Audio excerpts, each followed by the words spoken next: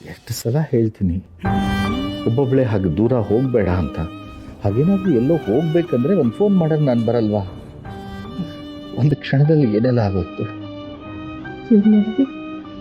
ನಾನು ಗ್ರಹಚಾರ ಅಷ್ಟೇ. ಅದೇ ತಗೊಳ್ಳಿ, ಈ ಜ್ಯೂಸ್ ಕುಡೀರಿ. ಕುಡಿದು ಸ್ವಲ್ಪ ಹೊತ್ತು ಮಲ್ಕೊಳ್ಳಿ. ಮಾತಾಡಿ ಇನ್ನಷ್ಟು ಆಯಾಸ ಮಾಡ್ಕೊಬೇಡಿ. ನನಗೆ ಬೇಡಮ್ಮ, ಏನೂ ಸೇರ್ತಾ ಇಲ್ಲ. ಲಕ್ಷ್ಮಿ, ಹಾಗಂದ್ರೆ ಹೇಗೆ?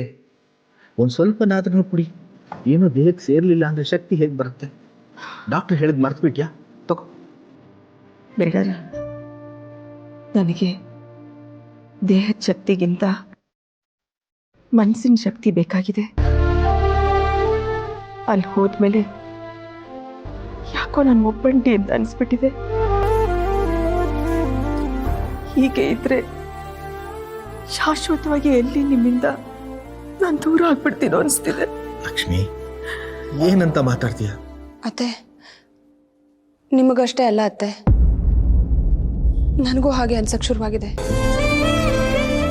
ನೀವು ಈ ಮನೆಯಲ್ಲಿದ್ದಾಗ ನೀವು ಬೆಳಿಗ್ಗೆ ಹೇಳ್ತಿದ್ದ ಹಾಗೆ ವೀಣಾ ವೀಣಾ ಅನ್ಕೊಂಡು ನನ್ನನ್ನು ಹೇಳಿಸ್ತಿದ್ರಿ.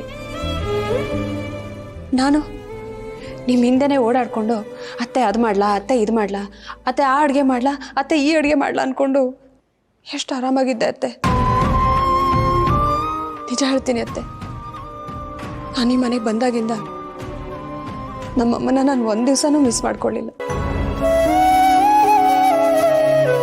ನಿಮ್ಮ ಹೆಣ್ಮಕ್ಳನ್ನ ನೀವು ಹೇಗೆ ಪ್ರೀತಿ ಮಾಡ್ತಿದ್ರೋ ನನ್ನ ಮೇಲೂ ಅಷ್ಟೇ ಪ್ರೀತಿ ತೋರಿಸಿದ್ರಿ. ಅಂಥ ಪ್ರೀತಿನ ನನಗಿನ್ಯಾರು ತೋರಿಸ್ತಾರೆ ಅತ್ತೆ?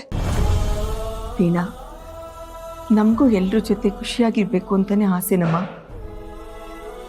ಆದರೆ ಏನು ಮಾಡೋದು, ನಮ್ಮ ಮಕ್ಕಳ ಖುಷಿಗೋಸ್ಕರ ನಾವಿಬ್ರು ದೂರ ಇರೋದಕ್ಕೆ ನಿರ್ಧಾರ ಮಾಡಿದ್ದೀವಿ. ಅದೇ ಅತ್ತೆ, ಆ ನಿರ್ಧಾರನ ನೀವು ಯಾಕೆ ಮಾಡಿದ್ರಿ ಅಂತ ನಾನು ಕೇಳೋದು. ಅವ್ರು ಹೇಳ್ತಾರೆ ಅಂತ ನೀವಿಬ್ರು ಬೇರೆ ಬೇರೆ ಆಗೋದಕ್ಕೆ ಒಪ್ಕೊಂಡ್ಬಿಡೋದಾ? ಇಲ್ಲಪ್ಪ ಅದೆಲ್ಲ ಆಗಲ್ಲ, ನಾವಿಬ್ರು ಒಟ್ಟಿಗೆ ಇರ್ತೀವಿ ಅಂತ ನೀವು ಹೇಳಬೇಕಾಗಿತ್ತು ಅತ್ತೆ.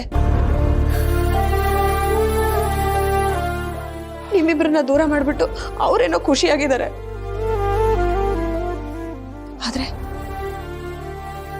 ನಿಮ್ಮನ್ನ ಈ ರೀತಿ ನೋಡೋಕ್ಕೆ ನನ್ನಿಂದ ಆಗ್ತಿಲ್ಲ. ಅದಕ್ಕೆ ಅತ್ತೆ, ಈ ಸಲ ಏನು ಬೇಕಿದ್ರೂ ಆಗಲಿ, ನೀವು ಹೇಗೂ ಇಲ್ಲಿಗೆ ಬಂದಿದ್ದೀರಲ್ಲ, ಇನ್ಮೇಲೆ ಇಲ್ಲಿಂದ ಹೋಗಲೇಬೇಡಿ ನೀವು. ವೀಣಾ, ನಿಂಗೆ ಗೊತ್ತಾಗಲ್ಲಮ್ಮ, ಹಾಗೆಲ್ಲ ನಾವು ಮಾಡೋಕ್ಕಾಗಲ್ಲ. ನೀನೇ ಹೇಳ್ತಾ ಇದೀಯ ನಾವು ದೂರ ಇರೋದ್ರಿಂದ ಮಕ್ಕಳು ಖುಷಿಯಾಗಿದ್ದಾರೆ ಅಂತ.